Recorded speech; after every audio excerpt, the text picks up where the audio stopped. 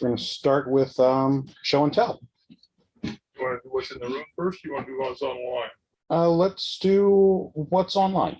What's online? Okay. If you're ready, Doug. Yeah, ready. So Doug's got pictures people send him, and then if you guys out there have got big stuff to hold up beside your face, we'll go to that too. But first of all, Doug's going to share the pictures that have come in. So for the most part, everyone, actually, for the most part, most of the pictures for show and tell this week that I got online are all for the miniature contest here, except for this one here from.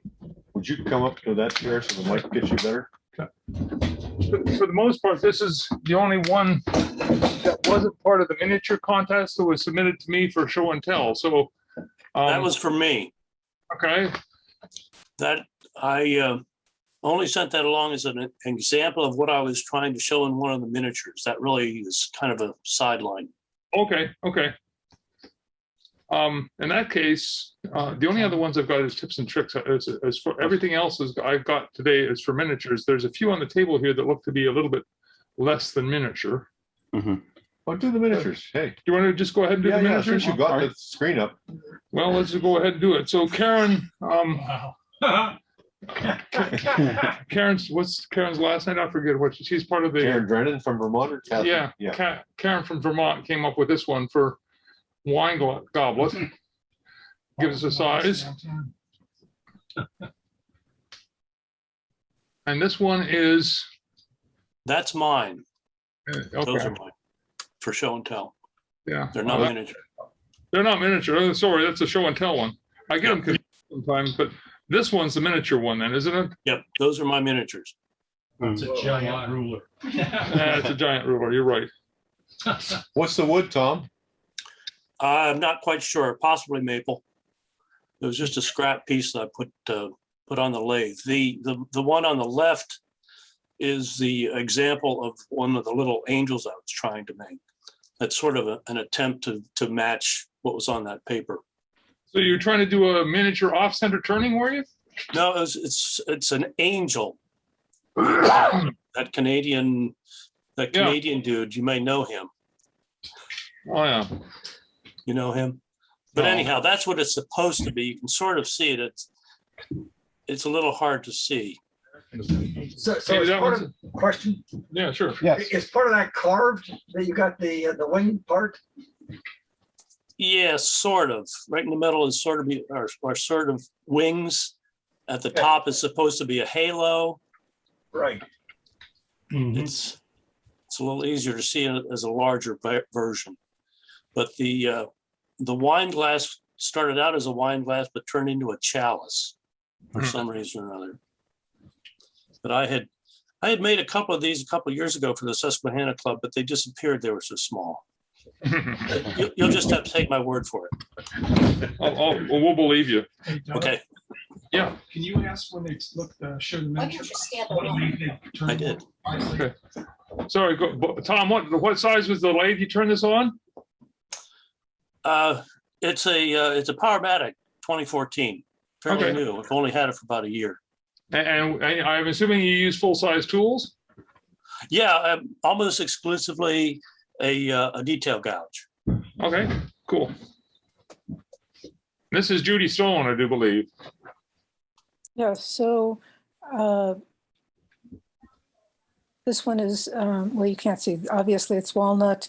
There's maple, the one with the red laminate in it. I just made this week trying for miniature along with the small piece, which is walnut on top of maple. And these two are miniatures that I did with Jennifer Shirley about 3 years ago. I took my first wood turning class with her, and she's an absolutely wonderful teacher, and I love her work. And she started teaching us with to make the copper lids, and then you turned the bottom part, you turn the wood to fit the lid, which was an interesting approach. And she did a little bit about pyrography and about texturing. On miniatures, wow. And this is, What sizes Yeah. what size is it? What's approximately how big in diameter are these? 2.5, 3 inches. They're pretty Diameter. small. Okay. Yeah. Little ones about there. For hollow, The smallest one is smaller than an inch, the tiny one, but the other one's about 3 inches. okay, thank you. So, and this is, okay, with the lid Yeah, on, yeah, with the lid on and before it turned dark from aging. So just to show you what it looked like when it was first made. wow. So she's a fine teacher if you ever want to do anything with her. Thank you. That's it. Thank you. This is Angelo Arfredi. I'm not sure if Angelo is on tonight. I haven't seen his logged in yet. But he sent this along. It's what did he say? It's a inch and 3/4 tall and about 5/8 diameter or something on that line. It's you can you just I know, 3 rings on that? it's Yeah, got that's 3 3 rings on rings. ebony. and they're held on 3 rose thorns. Wow. Oh my goodness. Yeah. It's 5/8 diameter by inch and 3/4 tall, and it's 3 rings, gebang, palm ivory, and ebony, with 3 captured rose thorns. Now we know where it is, so we can go steal it. Yeah, exactly. There's a little movie too. And this one here, Wow. To the ripstones. I think he, Is that a natural edge goblet there, or is it? Yeah. yeah, I'm not sure. Anyway, thank you, Angelo. And we have some bowls here, and I'm not sure I forget who exactly this one was from, so speak up if you're with us. Yeah, this is Ken Vasco. Ken. Right beside my bandsaw, I have a little bag, and every time I have some nice wood that I like, I just throw it into the bag. And since there was a miniature challenge, I says, well, I'll dig into the bag, see what I've got. And the 2 top bowls are Coca-Cola, and they're both about 1 1/8 inches in diameter, and one is 1/2 inch high, and the other one is 5/8 high. And the other wood at the front, which didn't show up real good, that's Spectra ply. And the small platter kind of bowl is about 1 inch in diameter, and the other one's about 1 1/16 and 11/16 high. It's kind of fun because I'm doing a show this weekend, so I'll actually sell these if I can. So I sold a couple last year, and we'll see what happens. Let me say that Ken Vasco is one of our new members and lives up in somewhere near State College. Is that right? Yeah, I'm about 10 miles south of State College in a little place called Gatesburg. And I attend the Nittany Valley Woodturners, which is based in State College. And I have all the kids around here all go to State College High School. So we're basically State College. So Ken, when I was first turning, I was asking about how you price bowls, and they said, well, what you do is you take the diameter and multiply it by the height times 3, and that's how many dollars you get for it. So by my judgment here, you probably have 50 cents a bowl, is it? Is that what the? Yeah, that's pretty close. Kind of like, What No, kind of I you got? No, I was able to sell these for about $15. The Coca-Cola ones will probably go for 10 or 15. Wow. And what kind of lathe do you have? I have 2 lathes. I have a Grizzly and a Delta. They're old ones. One I got at a auction, and one I got on Craigslist. Cool. Awesome. Hey Doug, you talk about pricing. Don't forget what the electronics, miniature electronics, the price goes up by quadruple when it gets smaller. Yeah, but they actually hold more memory as opposed to less. Anyway, good comeback.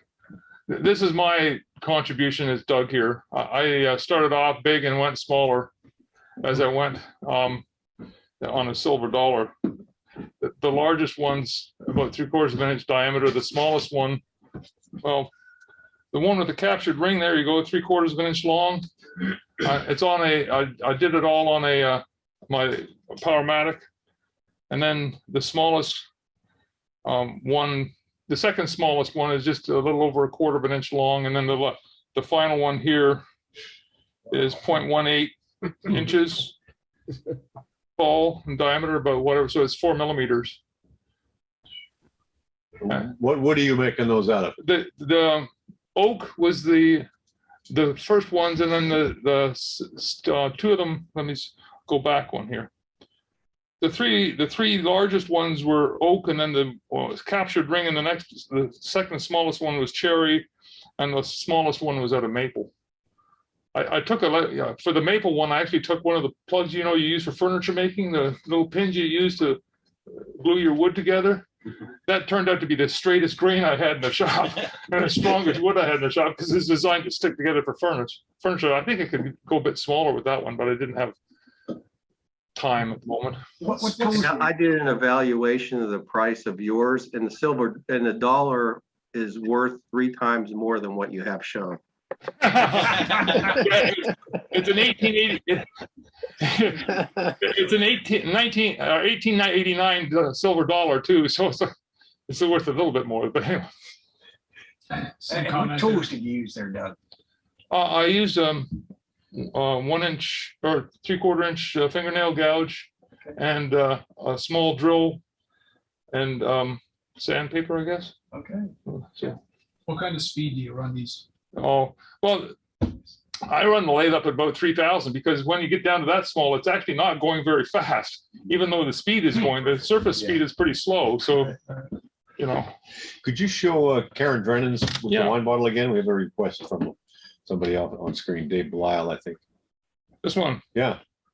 Yes, Dave. Is that the one you wanted to see?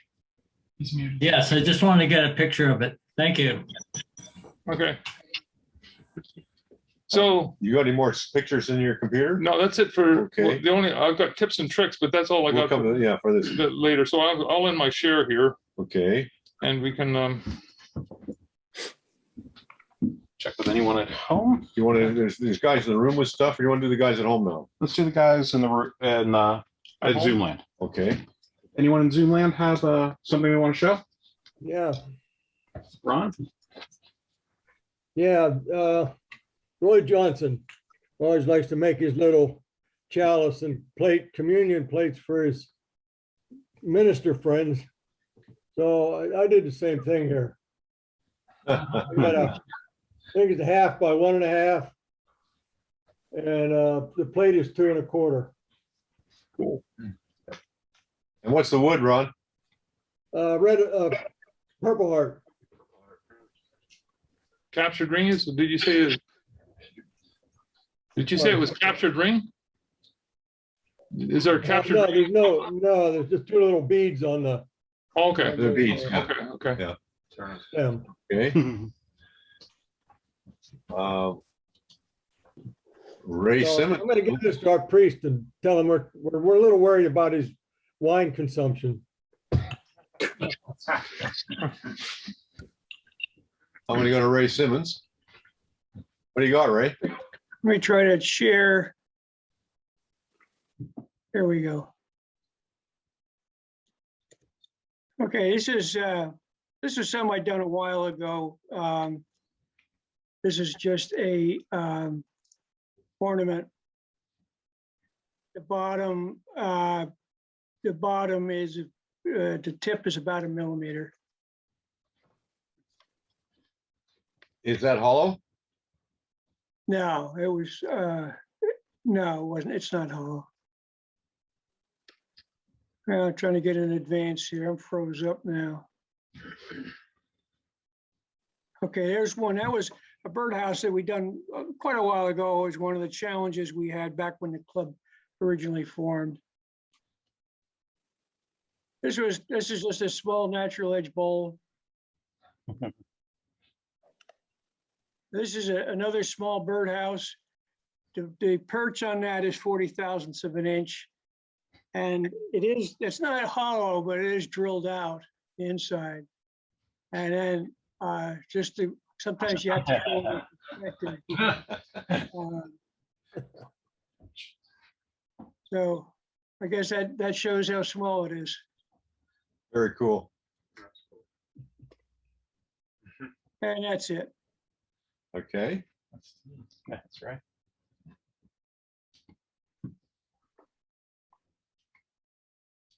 Anybody else out there?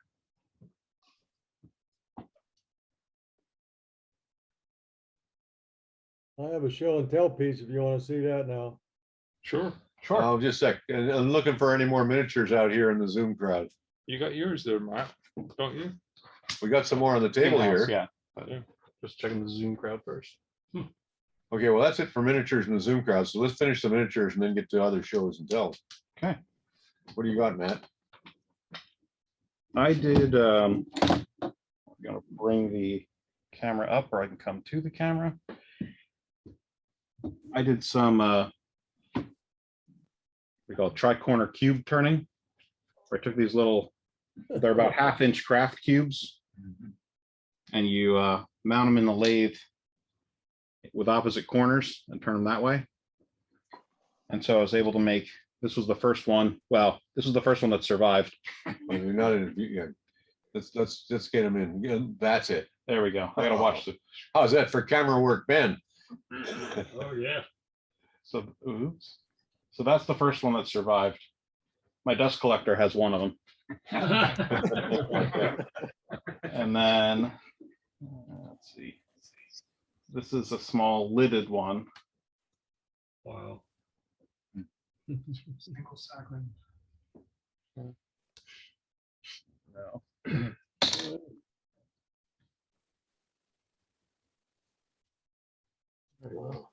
Very So- nice. That's nice. You can put everything in a pill bottle. Yeah, there we go. There you go. The fit got really good for that one, so it actually snaps closed. So I do a lot of those tri-cornered ones. I didn't think of the miniature. and that led me to my regular show and tell piece. I'll just go too quick. Doing a full scale. You can probably zoom out a little bit, Ben. Doing a full scale tri-corner, and this is cherry with big leaf maple top with ebony finial. And of course, once I went full scale, I knocked one of the corners off. So I had to truncate it a little bit. But So you had to knock the other corners off to match. exactly. Sure, there's a name for that shape there, isn't there? Yeah, I don't know. Yeah, it's hexagonal. Hexagonal with the corners knocked off. Yep, Looks to me like that was exactly the way you planned it. exactly. Yeah. There's another small goblet there. Is that somebody in the room? That is Barry's goblet. Okay. Oh, yeah. Okay. Barry's goblet. You want to hold it up for him? Do you want me to hold it up? Yeah, sure. There you go. There you go. You know, one of the hardest things about doing miniatures is applying the finish. I like to use spray lacquer and my hands, they look like I have fingernail polish. Yep. So that's. I don't remember what wood he said he used. Is It's this Purple Heart? Heart. That's what I thought. I like the wall thickness of that. Yeah, it's very thin. Wow. He had experimented with some epoxy ones too, but those didn't make it to this point. So, anyone else in-house with miniatures to show? There's a magnifying glass. Alan? I was watching a Mike Peace video and Mike does mushrooms. So I chose to do a mushroom. And it's a fun little thing to do. What's the wood, Alan? Holly.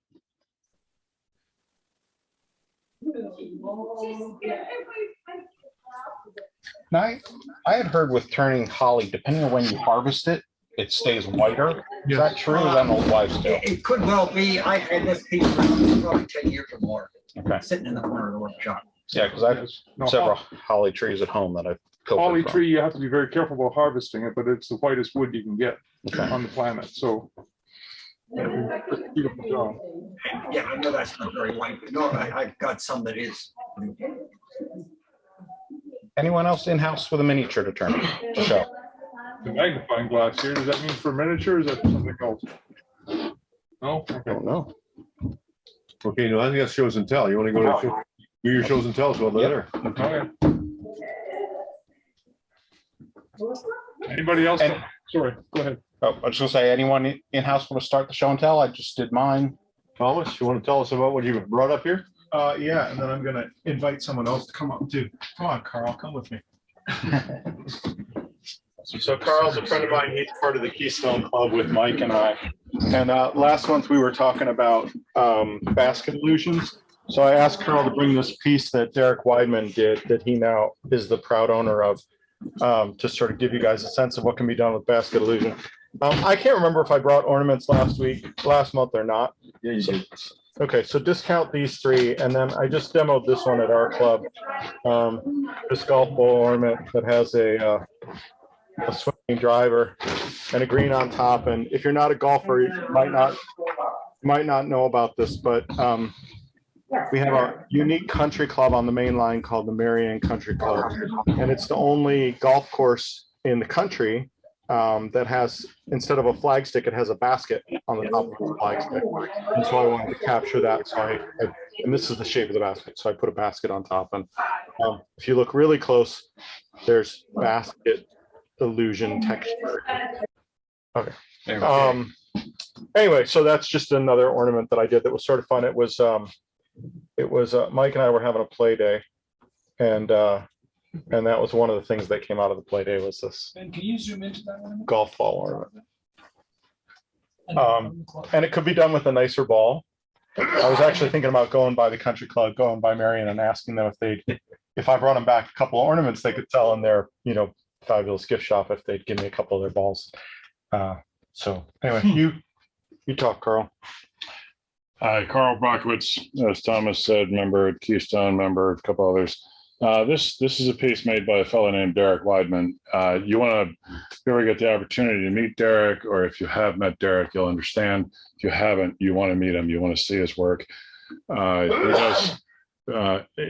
comes out of his mind is sometimes disturbing, that it's all contained inside his head, and what he pulls off is always really quite amazing. He's a chainsaw turner. So he applies a chainsaw to a lathe. If that scares you, that's good. But it's actually not as awful as it sounds once it's been described and you've seen the demonstration. It takes a little thought, but it allows him to do some very interesting multi-axis work. This is a multi-axis piece. This is turned. Really? This is turned. Turned, turned, turned, turned, turned. This part. The whole every axis here has been turned and then carved. The ears and the these are horns applied. add-ons, right? These are applied. Yeah. The bird is applied. Yeah. So if you back out a bit, then we can see the bird. We can't see the bird. Derek was at one of our symposiums here in Lancaster a couple of years ago, Mhm. and he turned. Am I correct on that? I think he turned a dragon. I remember a dragon head. He does a lot of animal forms, and he's very good at that. He can pull them out of thin air. Can you turn that? Yeah. So That's now it's basically vacuum chuck, isn't it? No, it's No. not vacuum chuck. He puts it between two live centers. He doesn't even use a spur center. Okay. this is the back. So that he doesn't catch. Most of his work like this is not chainsawed. This is actually a gouge applied, but it's the same. And It's this very rough. This is hollow too, so this has been opened and closed. But this is just one of those things. And this basket pattern, when you hear Derek, describe this, he will say, you can do this mathematically with precision, or you can do it the Derek way. I like the Derek way because he makes this work. Math isn't a strong point. But he's able to make this work, and when you look at it closely, you see it actually works very well. And when I saw this piece, Derek had brought it to a gathering, and it wasn't no more than 2 seconds from the moment I saw this piece till I made the commitment that it was going home with me, and I didn't know exactly what it was going to be, but it didn't matter. And it was a princely sum, and it's worth quite a lot of money. But it's. Are you allowed to visit your firstborn? Or- He is allowed to visit it. He has not really shown any interest in coming to see his firstborn. He inquires how is he doing occasionally, but I think he's worried about the alimony payments he might have to make. You also bought a Native American head from him, right? Am I right? Yeah, I have a number of other pieces from Derek. That's got to take dozens of hours. He's got a lot of hours. Yes, he's got hundreds in this. But he has limited friends and really nothing to do. So he's got plenty of time for this. This is one of those pivotal pieces. So if you want, I'll leave it up here. You can look at it. I ask you don't handle it. If I can handle it for you, but this is one of those. This is a piece that will be in a retrospective, more than one, I'm sure. This is just one of those things. It's an unusual opportunity. I had the privilege of buying the piece that he made at the symposium about a couple of years ago. So if you want, I can bring it in. It's just a rough piece. I mean, it's within an hour, 1 hour demonstration. Just amazing how quickly it actually comes around, because the carving on that is clearly the longest, as everyone who played that is much by way. Absolutely. Longest time taken. And one of the nice things with Derek is then he follows on with color. Yes, exactly. So if any of you are Facebook and you can follow Derek on Facebook, he'll have pieces come up that he's done, and the color is just, it brings so much energy to a piece. Now, if you want to see something moving, a static piece move, follow him and you'll see some work that he does. And he makes rounds or make birds as if they're in flight. And it's a disc that's turned and then carved, but it looks like a bird in flight. It will, if it's not affecting you, then you're dead inside. It's amazing what he's able to do. So this is not a retrospective for Derek. It's just an opportunity to see basket on another level in a different application. So that's why Thomas asked me to bring this up. That's great. Sure. I'll leave it up. What car did you guys come in? I came into one that is heavily armed, and there's 14 guys out there twice my size. Thanks very much. Oh yeah, sure, absolutely. I just if anybody wants to see it. Thank you so much. Sure. We give Sheila a chance to show us her stuff. Yes. Sheila's a new member of our club, and you live in New Holland, is that right? I live right here in New Holland. And you've just started turning? Just started. These are my first spin mills. All right. So that's it. Well, what are you going to do with those? I was gonna learn how to do spindles to make a spinning wheel was the goal Very cool. ultimately. So And what are you using for a lathe? the classroom lathe at Goggle Works, it's a jet, I think. Uh-huh. Yeah. You are aware that now that you're a member of the club here in New Holland, you're allowed to come in and use the club lathe, so you don't have to go to the classroom. Okay. Good to know. Same one maybe. There Or you go. similar. Yeah. Yeah. And what's your last name, Sheila? Cullen with a C. Cullen. Thank you very much. Thank you. Yeah. Anyone else in the house with show and tell? I brought 3 pieces in. A couple of these I had, the kind of thing you start and then it's not going right and you set it aside and eventually you pull it out and you try again. This is Alan Miller, by the way. I'm sorry. Yes, Alan Miller. That one is my last piece of box elder. From the logs that I picked up at the Menham Township Compost Park. And it's just a little cup. And I gotta say, I admire some of you guys that I got a long way to go with my sanding and making sure I get all the tool marks out. That's I'm not there yet. A spalted piece, and that one was silver maple. And again, so little bowl. And this one, again, a piece that I kept having trouble with. I put a tenon on it and twisted off the tenon. I put the recess in it and broke out the recess and finally just glued it to a faceplate and turned it that way. But pine or spruce, one of those trees I cut down in the backyard about 15 years ago, and it's been laying around for a long time. So Hold it down in front of you so the Zoom line people can see it. Yeah, Ben keeps trying to catch you waving it around. There you go. sorry. Yeah. There you go. Thanks. Okay. This came out rather clunky. I started off with wanting this kind of a rim, and that dictated how wide that should be and then the shape down here. And so I replicated that shape on the inside, but I made a mistake on that because it's heavy, it feels clunky, and I think next time I would take it down inside and turn off more. It's not clunky, it's robust. Yeah. And how did you do the top there, Stephen? The top is burned and then just carved. And what's the wood? What's the wood? The overall wood? Honey locust. And have you moved into Garden Spot Village yet? Sorry? Have you moved in over here to? No. We're number one on the list, but haven't moved in. Any more show and tells out in the room? Okay, you want me to go to the wig stands? Yeah. Okay. We got looking for a club activity that we could do as a group that would be socially useful. And it turns out that the Barshinger Center at the hospital has a need for wig stands for people who are losing their hair because of cancer treatment. They got lots of wigs there, but they would be delighted to have nice wig stands. So Barry made this one. He got these potpourri mesh things somewhere online, and this is for putting in, flower petals and stuff. So this is an elaborate design of a wig stand. This is going to be a club activity later in the spring. So we're just introducing it to you guys now to give you the idea. And then this is the one I made some years ago. What I was actually doing was practicing making little spindles. And what am I going to do with 100 little spindles? So I made a bunch of wig stands and hat stands. And this one's too small. For a wig, this ought to be about 5 inches. This is more like 4.5. But no, you can make a simple wig stand. You can make a complicated, a more elaborate wig stand.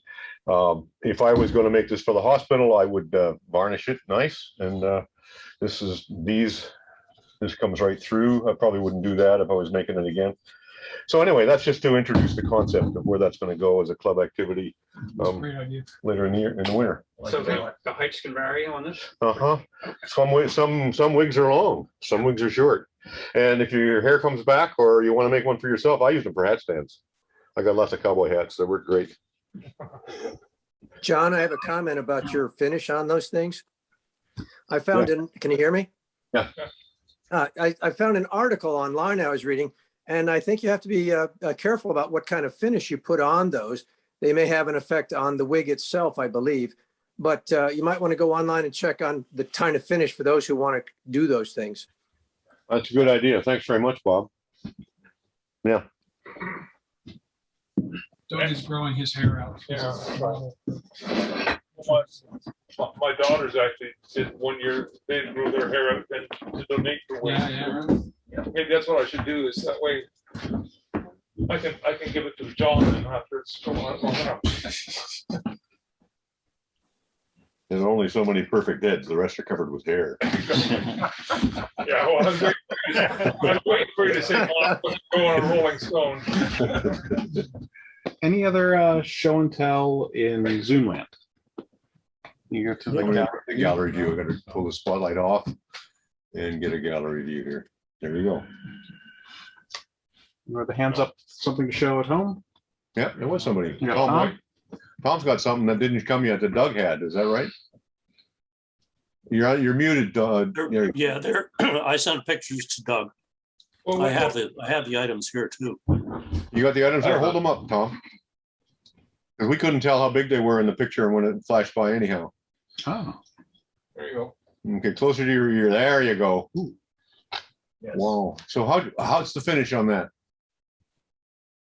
The black is gesso, and it's gold paint. It's the what you call it, Viking gold. I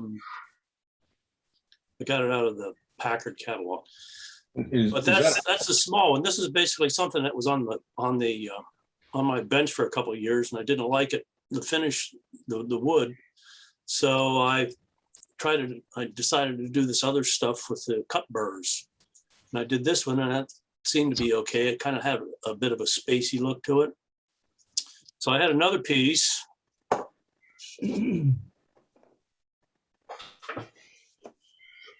That's its big brother that had so much space on it, I decided to put some constellations on it. Mm-hmm. That particular one is Orion. And that's the Great Bear. but it has a kind of a spacey look to it. I was fairly happy with the way that turned out.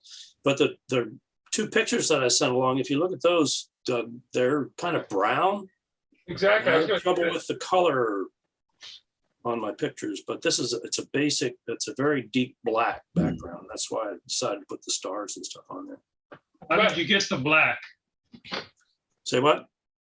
How did you get the black? It's gesso. Gesso is a very dense base for artists, and this there are two coats of it on. There are two coats. It's a very thick, dense black that you can paint on and do a lot of stuff with. They're not actually, it covers up a bunch of sins. Yeah. But that's why it's like deep space stuff. It's real spacey. Are your stars drilled or are they painted? Both. I traced the constellations off of constellation flashcards for kids. And on tracing paper, and I taped the tracing paper on, and I punched holes and drilled down just a little bit, just a very small amount, and then I dabbed a little bit of silver paint in there. Very nice. and how tall was that second one? How tall is It's the about second one? 7.5 inches. That's really nice, Tom. Cool. I was pretty happy with those. They're kind of weird looking, but I think they're really nice. different. Okay, who else we got? We got Vasco and we got Bruce Lamb. Vasco, you ready? Yeah, I can go ahead and do it. Okay. This is kind of some shameless self-promotion, but Alan Stratton has his ornament challenge all the time. And I decided to go in on that. I did it last year too, not an honorable mention, but this year I wanted to win. So I thought I'd bring these up to you guys and see if you could help me with the votes. So the first one I did is I wanted to do a Christmas tree, but this is a maple and it just has no definition to it, no color. I didn't want to stain it. So I decided to use colored pencils. So I drilled some holes and put some colored pencils on and turned it. And it came out really, really nice. I looked on the internet and haven't found anybody else to do this. So I'm hoping this is an original. That's really nice. Yeah, so it's really different. I don't know how the camera shows up, but it really pops in person. So anyway, that's number one on the Alan Stratton site. So you can go ahead and vote for that. And then the next I had number two too. I put in some twig pots, and I know that's what they look like, but this is just some beautiful, beautiful wood. It's some oak that's and I turned it sort of off-centered so I get some of the bark. It really came out. They really came out nice. It kind of reminded me of the old brown jug. I thought I'd use that one, and then I had another piece of the branch, and I was able to. You seeing that? Yeah. That's a nice little piece too. Nice little piece. Yeah. So I just love the wood in this. It's oak, by the way. I don't know if I mentioned that. But that's number two on the Alan Stratton site. So if you have nothing to do and you need to do some voting, here I am. So, Okay. Thank you, Ken. Ron? He's just clapping, I think. Oh. The last couple of meetings, we had a new member, I've forgotten his name, did fluted bowls. He's here in the room. I went into making a couple of them. Very We've got 12 flutes and sprayed lacquer. Mike, what do you think? Mike's here in the room. Excellent. 7 inches, 8 inches in diameter. Excellent job. Well, Mike says you've done good. It's Mike Cooterback is the dude. He's here in the room and he's going to demo for us later in the winter. Okay. Yeah, I want to figure out how he did it. I did it a couple different ways. I had trouble both ways. That's a great trick. All right, if that's it for show and tell, we're up to tips and tricks. You got any tips there? I sent you one, but I know we got a couple here. Okay, I'm gonna make, slap the spotlight on you again, I think. Wait a minute. We have two tips and tricks. One was sent in by Barry about how it's hanging his tools in the shop to make it look neat, or neater than my shop is definitely. And also to get rid of the dust. What he's done actually was to drill a hole on one side of his tool. So the handle, if you take a look at the handle there. So he's drilled a hole that you can, so you can hang it up by the end. Made a little tool rack that way. Put a magnet inside? I don't know. No, I think it's just I think they're bit off nails with the point, with a cone on them. Yeah. You know, just run on the grinder. Yeah. I think it's as long as Magnet in there? not that I know of, Ron. Oh, okay, okay, I see a hole in there. I thought I saw a magnet in there. Okay. But I would think that you want the nail to be more than half the diameter of the handle, just to make sure it stays on. Yeah. But, yeah, I like the idea though. That one, Barry, you probably use some special metal that has the same expansion and contraction as the wood. Exactly. Each one of those pegs costs $18. No, he'll get a deal on it somewhere way out. Yeah, he will. Indeed. Brought in from China. 5 weeks delay on the ship. And here you go, Matt. This is yours. yeah, I have just a simple cheat sheet. I made a spreadsheet of all of the size chucks I have, the minimum and maximum for compression, expansion, and square. And I have this taped to my lathe stand. It's laminated with the poor man's lamination of packing tape. So this way, as I'm turning and I won't need to turn a tenon, or you know, I know what the sizes are with what chuck jaws I have. And then I also put the size for the worm screw, because I could never remember how deep to make that, and even taped a little 6-inch rule on there so that I have all those measurements right on the lathe as I'm turning. You have them all memorized now, right? So you can. No, not really. No. Not yet.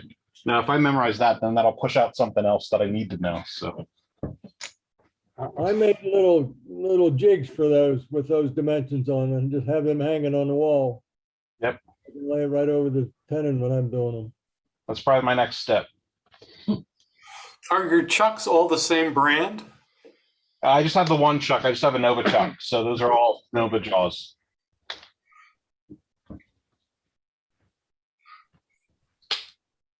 Okay. Well, that's it for tips and tricks, folks. Hey, Yep. can I ask a question? Yeah. Yes, Mike. I'm out here on Alan Stratton's site and you can't vote yet. When does the voting start? No wonder Kenny's ahead. Bruce, did you have something you wanted to show?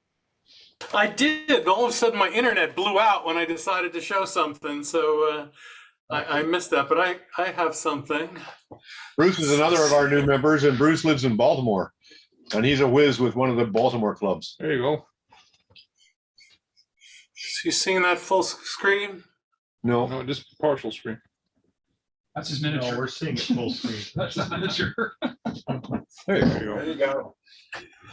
So I was inspired by Cindy Drozda IRD to make a hollow form with a natural edge in the middle, which this was my first effort at it, using a big leaf maple burl, trying to get most of the eyes on top and more of a straw structure on the sides, which I think on the other side came out a little better that way. This is about 6 inches overall, and about an inch and maybe an inch and a half in the middle. But it's a little tricky keeping the pieces of the spikes from the burl to stay there, and it's a kind of a experiment as to how thin you can really make that top wall and still take that. So I had a little left over from the burl, from the same piece of burl. I tried a smaller one, and this one is about 4 inches in diameter. And this one I played with the shape a little bit to put an OG on the top, which I'm not sure I like, but anyway, it was an experiment.